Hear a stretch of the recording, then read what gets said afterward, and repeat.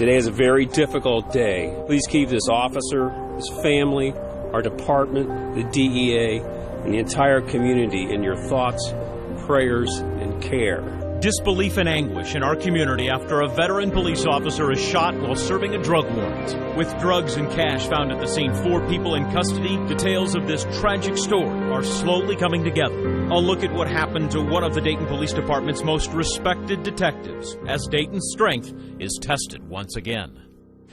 And good afternoon. I'm James Brown. Chief Richard Beal identified that officer shot as George Del Rio this afternoon. Chief Beal used the word grave to describe Del Rio's injuries. We have Team 7 coverage for you this afternoon. Cheryl McHenry, John Bedell, and Mike Campbell are out live.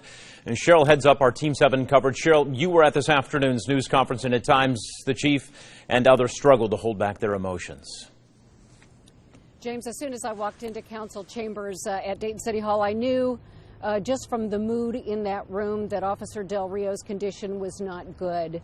The room was quiet. The mood was somber. Solemn faces all around, those in uniform, DEA agents in plain clothes, U.S. attorneys, Montgomery County prosecutors, city officials. The mood was just somber all around.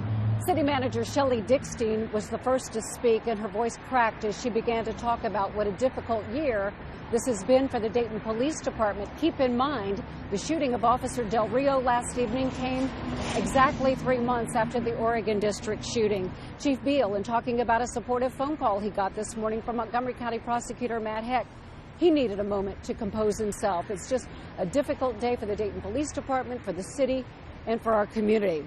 Chief Beal said Officer Del Rio was shot twice in the face while serving a drug-related search warrant as part of a DEA task force last night.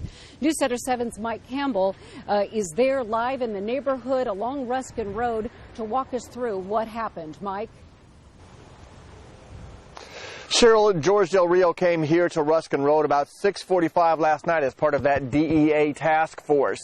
Now, police sources tell us that task force had developed enough information to obtain a search warrant for suspected drugs at this home.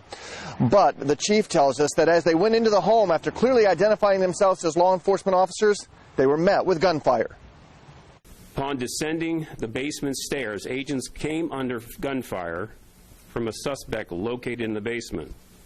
The Dayton Police Department DEA task force detective was struck twice. Chief Richard Beal says several other task force members poured into the basement with Officer Del Rio and took 4 men into custody there. Other Dayton officers placed the 30-year-old veteran into the back of a cruiser and headed to the hospital for treatment of his critical injuries. The chief and federal agents say right now those 4 men are in federal custody and currently facing federal charges. Investigators identified 39-year-old Nathan Goddard Jr. as the shooter, saying he's facing a federal assault with a deadly weapon charge. Police showed 3 guns that were found in the home and large quantities of drugs, including 9 kilos of suspected fentanyl and 51 pounds of suspected marijuana.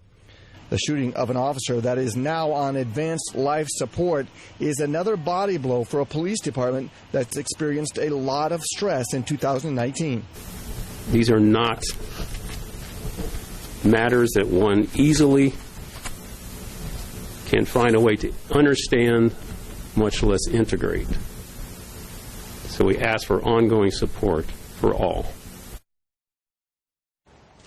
Back live now. As far as the people arrested in this home, both federal prosecutors and Montgomery County Prosecutor Matt Heck said no final decision has been made on whether they'll be charged in federal court or in Montgomery County Common Pleas Court, but right now they are being held on federal charges.